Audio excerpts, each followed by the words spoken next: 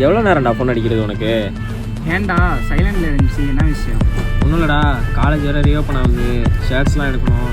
இதான் ஃபேஷனபிளான நல்லாச்சு, அதான் உன்கிட்ட கேட்கலான்னு கேட்டேன். ஆனால் மேட்ரி நான் தான் இருக்கடா, நான் அழைச்சிட்டு போகிறேன் வா. ഒരു സൽപുത്രൻ പിറന്നട പണ്ട് മഹാധ്യായം തുടക്കമയന്ന് ഇത് ദിക്കെട്ടും മുഴങ്ങിടും പാട്ട്